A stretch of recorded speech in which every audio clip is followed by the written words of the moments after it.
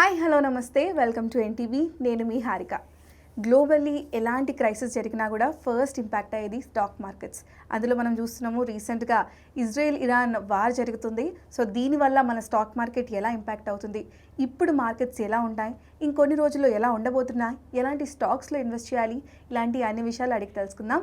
Right no మనతో పాటు stock market expert Ramachandramurthy గారు ఉన్నారు. నమస్కారం అండి. నమస్తే అండి.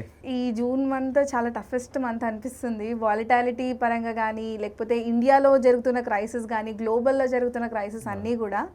సో ఇప్పుడు మార్కెట్స్ ఎలా ఉన్నాయంటారు? ఇప్పుడు మార్కెట్స్ ఏంటంటే అండి, మొన్న లాస్ట్ 3 months నుంచి కూడా అప్ ట్రెండ్లో ఉన్నాయి. అయితే ఈ న్యూ సిచ్యుయేషన్ రావటం వల్ల ఇరాన్ ఈ యొక్క ఇజ్రాయెల్ ఎఫెక్ట్ అవ్వటం వల్ల కొంచెం ఎఫెక్ట్ అయినాయి. అంటే ఇండియాకి వచ్చి ఏంటంటే పెద్ద ఎఫెక్ట్ ఏం లేదు, బట్ ఇంటర్నేషనల్ ఎఫెక్ట్ వల్ల ఇండియాకి ఎఫెక్ట్ అవుతుంది. సో ప్రాఫిట్ బుకింగ్ జరగటం, తర్వాత బై అండ్ డిప్స్ లాగా అవటం జరుగుతుంది. సో ఇవన్నీ వల్ల ఇప్పుడు క్రూడ్ ఆయిల్స్ అవి కూడా ఎఫెక్ట్ అవుతాయి అన్నారు. మార్కెట్స్లో ఏమన్నా ఇంపాక్ట్ కనిపించిందా అండి? మార్కెట్స్లో డెఫినెట్గా ఉంటుందండి ఇంపాక్ట్. మీరు అన్నట్టు ఫస్ట్ స్టేట్మెంట్ మీరు అన్నట్టు ఏ ఇంపాక్ట్ జరిగినా ముందు స్టాక్ మార్కెట్ మీద ఎఫెక్ట్ అవుతుంది.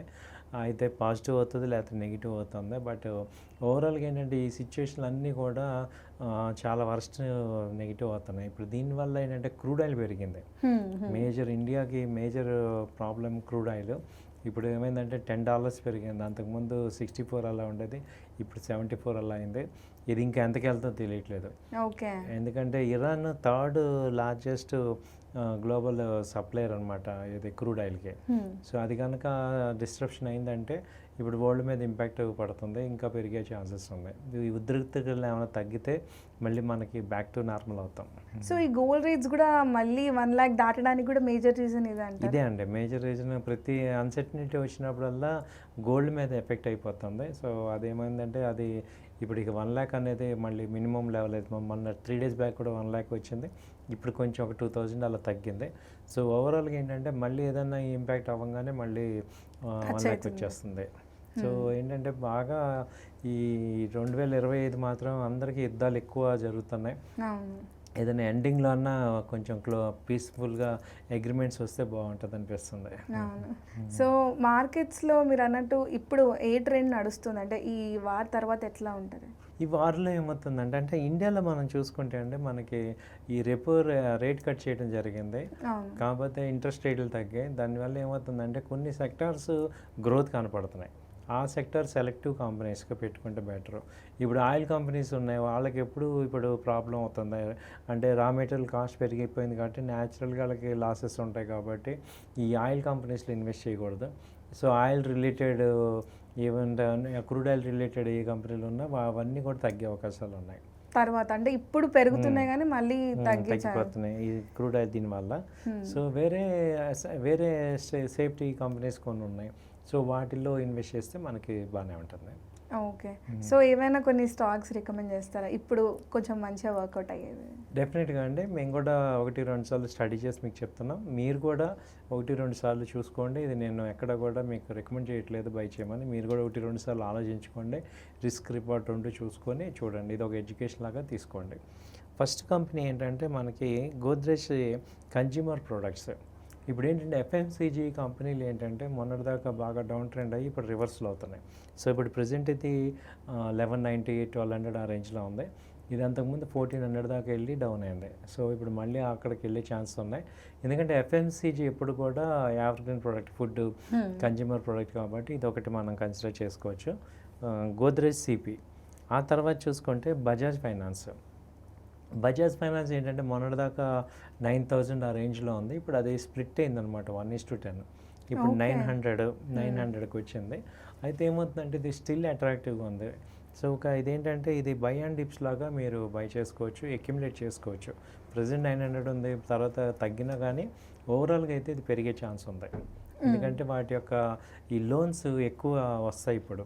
ఎందుకంటే అందరూ కూడా రేట్ కట్ అయింది కాబట్టి లోన్స్ అవన్నీ ఎక్కువ వస్తాయి. ఒకవేళ డిప్ అయినా కానీ మీరు మళ్ళీ అక్యుములేట్ చేసుకోవచ్చు. సో బజాజ్ ఫైనాన్స్ మనం పోర్ట్ఫోలియోలో ఉంచుకోవాల్సిన మంచి స్టాక్. దాని తర్వాత చూస్తే కోఫోర్జ్ ఐటీ కంపెనీలో. కోఫోర్జ్ ఏంటంటే యుద్ధాలకి వీటికి ఐటీ కంపల్సరీ బ్యాక్గ్రౌండ్ కాబట్టి ఇది కూడా ఏమైందంటే ఇది స్టాక్ స్ప్లిట్ అయింది అనమాట. ఇది కూడా 8000 అలా ఉండేది, ఇప్పుడు దాదాపు 1800 అలా ఉంది. సో 1800 నుంచి 1750 మధ్యలో బై చేసుకోండి. టార్గెట్ 2000 2200 దాకా కూడా ఛాన్సెస్ ఉన్నాయి. ఓకే. ఆ తర్వాత చూసుకుంటే ఫార్మా సెక్టర్లో సన్ ఫార్మా ఇండియాలో లీడింగ్ కంపెనీ. ఇది ప్రెజెంట్ రేట్ వచ్చి 1660 1650 ఆ రేంజ్లో ఉంది. ఎనీ డిక్లైన్ కూడా యాడ్ చేసుకోండి, 1600 ఆ రేంజ్ కూడా యాడ్ చేయండి. టార్గెట్ 1800 1850 దాకా ఛాన్స్ ఉంది. ఒక 3 months 4 months మనం ఇన్వెస్ట్మెంట్ పారామీటర్లు చూసుకుంటే మంచి ఎప్రిషియేట్ అయ్యే స్టాక్స్ ఇవి. ఆ తర్వాత ఏంటంటే గోద్రేజ్ ప్రాపర్టీస్ రియాలిటీ సెక్టర్లో. ఇది గోద్రేజ్ ఇప్పుడు 2400 ఆ రేంజ్లో ఉంది. ఇది అంతకుముందు 3000 దాకా వెళ్ళి లో లెవెల్ 2000 వచ్చి ఇప్పుడు అప్ ట్రెండ్లో ఉంది. వీక్లీ చార్ట్ మంత్లీ చార్ట్ కూడా పాజిటివ్లో ఉన్నాయి. సో 2400 ప్రెజెంట్ రేట్లో ఉంది. ఇంకా డిక్లైన్ అయినా ఇంకో 100 అయినా మళ్ళీ యాడ్ చేయండి. 2600 700 దాకా ఛాన్సెస్ ఉన్నాయి. ఓకే. సో ఇది 5 స్టాక్స్ అనమాట. వీటిల్లో ఏమేంటంటే గోద్రేజ్ సిపి, బజాజ్ ఫైనాన్స్, కోఫోర్జ్, సన్ ఫార్మా, అలాగే గోద్రేజ్ ప్రాపర్టీస్. సో ఈ 5 స్టాక్స్ ఈ నెక్స్ట్ 3 monthsకి కన్సిడర్ చేసుకోవచ్చు. మీరు కూడా 1-2 సార్లు ఆలోచించుకోండి, డెసిషన్ తీసుకోండి. ఓకే. ఎంత పర్సెంట్ అప్రిషియేషన్ ఎక్స్పెక్ట్ చేయొచ్చు? అట్లీస్ట్ 15% నుంచి 20% 3 monthsలో. 3 monthsలో ఛాన్స్. ఓకే. సో మీరు ఇందాక అన్నారు కదా బజాజ్ ఫినాన్స్ స్ప్లిట్ అయింది అని. సో జనరల్గా మనం వింటుంటాం స్ప్లిట్ అయింది అంటే 1:10 రేషియోలో. సో షేర్స్ ఎక్కువైతాయి అని, అంటే లైక్ నెంబర్ ఆఫ్ షేర్స్ ఎక్కువైతే అమౌంట్ ఆఫ్ ద క్యాపిటల్ అంతే ఉంటుంది. సో ఈ స్ప్లిట్ ఇలాంటివి అయినప్పుడు యాజ్ ఏ ఇన్వెస్టర్గా మనం రీటైల్ ఇన్వెస్టర్స్కి ఎంత బెనిఫిట్ అవుతుంది అంటారు? స్ప్లిట్ ఎందుకు అవుతుందంటే అండి, ఇప్పుడు ఒక కంపెనీ షేరు బాగా పెరిగిపోతే ఏమవుతుందంటే నార్మల్ పీపుల్ కొనలేని పరిస్థితి వెళ్తుంది. సో ఇప్పుడు 9000 రూపీస్ పెట్టి మనం కొనలేము ఒక షేరు. అదే 900 అయిందనుకోండి ఎక్కువ కొనగలం, అఫోర్డబుల్ అనిపిస్తుంది. అందుకని ఎక్కువ అన్నీ ఏంటంటే స్ప్లిట్ అవుతుంటాయి. స్ప్లిట్ అవ్వటం వల్ల ఇనీషియల్గా ఏమవుతుందంటే ఆ రోజు ఏం బెనిఫిట్ ఉండదు, బట్ ఓవరాల్గా ఏమవుతుందంటే 900 అంటే చాలా ఓకే అనిపిస్తూ ఉంటుంది. సో ఇంకా వేరే వాళ్ళు కూడా ఇన్వెస్ట్ చేస్తారు, అవి బాగా గ్రో అవుతాయి. సో స్ప్లిట్ కంపెనీలు ఫండమెంటల్గా స్ట్రాంగ్గా ఉన్న కంపెనీలు ఇలా స్ప్లిట్ చేయటం మూలంగా కూడా వాళ్ళ పాయింట్లో మార్కెట్ క్యాపిటలైజేషన్ పెంచుకోగలుగుతారు. అంటే నెంబర్ ఆఫ్ షేర్స్ కొనటం అమ్మటం ద్వారా మార్కెట్లో ఎక్కువగా షేర్లు అవైలబిలిటీ వస్తాయి. దానివల్ల ఏంటంటే లిక్విడిటీ ఉంటుంది, అలాగే ఎప్రిషియేషన్ ఉంటుంది. సో ఇది ఎక్కువ పాజిటివ్ పాయింట్ అనమాట అందరికీ. ఈవెన్ షేర్ బై చేసే వాళ్ళకి అట్ ద సేమ్ టైం కంపెనీలకు కూడా ఇది ఒక అడ్వాంటేజ్. ఓకే. సో స్ప్లిట్ అనేది కొంచెం అడ్వాంటేజ్. అయితే అక్కడ కంపెనీస్కి ఫండమెంటల్గా స్ట్రాంగ్ ఉందా అది చూసుకోవాలి మనం.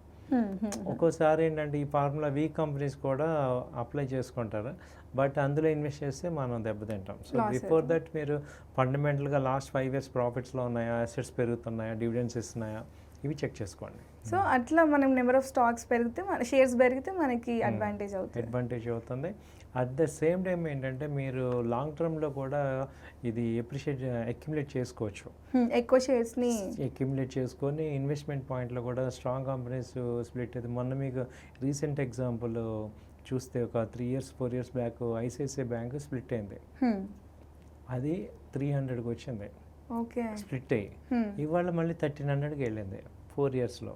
10 times like almost 3 times 4 times పెరిగింది. ఇప్పుడు 10 lakhs ఇన్వెస్ట్ చేస్తే ఇప్పుడు 30 lakhs అయిపోయింది. సో అది ఏంటంటే మీరు అంతకుముందు అది 5000 అలా వెళ్ళి స్ప్లిట్ అయింది అనమాట. మళ్ళీ ఇప్పుడు 300కి వచ్చి ఇప్పుడు ఏమో 1300కి వచ్చింది. సో స్ప్లిట్ వల్ల ఏంటంటే ఫండమెంటల్గా స్ట్రాంగ్ కంపెనీస్లో స్ప్లిట్ అయినప్పుడు కనుక తీసుకొని హోల్డ్ చేస్తే మంచి వెల్త్ క్రియేట్ అవుతుంది. షేర్స్ని ఎంత అక్యుములేట్ చేసుకుంటే అంత. ఇప్పుడు బజాజ్ ఫైనాన్స్ కానీ ఇలాంటి స్ట్రాంగ్ బేస్ ఉన్న కంపెనీస్ ఏమవుతుందంటే ఓవర్ పీరియడ్ ఒక 3 years 4 years, ఎందుకంటే సేల్స్ ఎట్టి పెరుగుతాయి. టెంపరీ ట్రేడింగ్ ఒక కాన్సెప్ట్, వెల్త్ క్రియేషన్ ఇంకో కాన్సెప్ట్. సో వెల్త్ క్రియేషన్లో ఇలా ఇప్పుడు 9000 పెట్టి కొనే కన్నా ఇప్పుడు 900 ఎక్కువ షేర్లు వస్తాయి కాబట్టి మనం చేసుకొని మంచి బెనిఫిట్ అవ్వచ్చు. రైట్. అండ్ డివిడెండ్స్ కూడా మనకి మంచి వస్తాయి నెంబర్ ఆఫ్ షేర్స్ బట్టి. అవునండి. రైట్. సో ఇప్పుడు అంటే లైక్ ఈ వార్ ఎఫెక్ట్స్ ఇవన్నీ చూస్తున్నప్పుడు చాలా రిస్కీ ఏమో మార్కెట్స్లో ఎంటర్ అవ్వడము అని అనిపిస్తూ ఉంటుంది కొత్తగా జాయిన్ అయ్యే వాళ్ళకి. సో వాళ్ళకి ఏమంటారు, ఎలాంటి సిచ్యువేషన్ వచ్చినా why we should approach markets? వాళ్ళందరికీ కొత్తగా అయినా పాతగా అయినా అందరికీ ఒకటే ఫార్ములా ఏంటంటే మనకి స్టాక్ మార్కెట్లో ఇవన్నీ కామన్. దీన్ని ఒక సముద్రంలా తీసుకోవాలి. సముద్రంలో ఆటుపోట్లు అనేవి కామన్. వార్ కానీ బడ్జెట్ సెషన్స్ కానీ వస్తూనే ఉంటాయి, ప్రతిదీ వస్తూనే ఉంటాయి, కానీ ఎక్కడ గ్రోత్ ఆగదు. సో కాబట్టి మీరు ఆ, ఈ ఇప్పుడు మీడియా ఇంకా బాగా పెరిగిపోయింది కాబట్టి ఏంటంటే ప్రతి ఇష్యూని చాలా మా డ్యూటీ ఏంటంటే ఆయా జరుగుతున్న ఈవెంట్స్ చెప్పడం మా డ్యూటీ, కానీ ఓవరాల్గా మేము మళ్ళీ చెప్పేది ఏంటంటే వెల్త్కి ఈక్విటీస్లోనే డబ్బులు వస్తాయి. కాకపోతే మంచి కంపెనీస్, స్ట్రాంగ్ కంపెనీస్లో మనం ఇన్వెస్ట్ చేసుకొని మీరేంటంటే ఒక లాంగ్ టర్మ్ పాయింట్ ఆఫ్ వ్యూలో వెల్త్ జనరేషన్ లాగా పెట్టుకుంటే మీకు ఉండదు. మీరు ఏంటంటే లాంగ్ టర్మ్ మీరు ఏ న్యూస్ విన్నా ఒకటే ఆలోచించుకోవాల్సింది ఏంటంటే నేను ఇన్వెస్టర్ ఒక 4 years 5 years కాబట్టి నాకు ఈ న్యూస్ ఇంపాక్ట్ అవ్వదు. మీరు ట్రేడర్ అనుకోండి, ఇన్ఫర్మేషన్ అడ్వాంటేజ్. అంటే షార్ట్ టర్మ్ ట్రేడర్, ఇన్వెస్టర్ అంటే ఇన్ఫర్మేషన్ ఏదైతే ఇన్ఫర్మేషన్ అది అడ్వాంటేజ్. బట్ ఓవరాల్గా చూసుకుంటే లాంగ్ టర్మ్లో ఎప్పుడూ డిస్కౌంట్ అయిపోతూ ఉంటుంది ఈ న్యూస్లన్నీ కూడా. ఈ కొన్ని రోజులు అయితే మళ్ళీ మారుతాయి మార్కెట్స్, మళ్ళీ at the end of the day up ట్రెండ్కి వెళ్ళడమే. మనం 4 months బ్యాక్ కూడా మనం ఒక వీడియో చేసాం, అసలు మార్కెట్ చూడొద్దు అన్న ఆ రోజు. ఇవాళ ఏమైంది, అది ఎటు అప్రిషియేట్ అవ్వలేదు. ఆ రోజు టెన్షన్ పట్టి చాలామంది అమ్మేసుకున్నారు. బట్ అలా పెట్టుకోకూడదు, అంటే మీరు వీక్ హార్ట్ అవ్వకూడదు, పాజిటివ్గా ఉండాలి. అలా ఉంటేనే ఇన్వెస్ట్ చేయండి, మంచి స్ట్రాంగ్గా వస్తాయి. Thank you so much. Thank you అండి, నమస్తే. సో చూసారు కదా, గ్లోబలీ ఏం క్రైసిస్ వచ్చినా కూడా, ఎలాంటి సిచ్యువేషన్స్ వచ్చినా కూడా, at the end of the day Indian economy is growing. So stock markets ఎప్పుడైనా కూడా అప్ ట్రెండ్లో ఉంటాయి అండ్ వెల్త్ జనరేట్ చేస్తూ ఉంటాయి. సో లాంగ్ టర్మ్గా ఇన్వెస్ట్ చేయాలి అనుకునే వాళ్ళకి, వెల్త్ జనరేట్ చేసుకోవాలి అనుకునే వాళ్ళకి markets are the best option. So fundamentally strong ఉన్న కంపెనీస్ని చూస్ చేసుకుని ప్రొఫెషనల్గా స్టాక్ మార్కెట్స్లో ఇన్వెస్ట్ చేయండి. ఇది వాళ్ళ ఏంటివి, మళ్ళీ కలుద్దాం.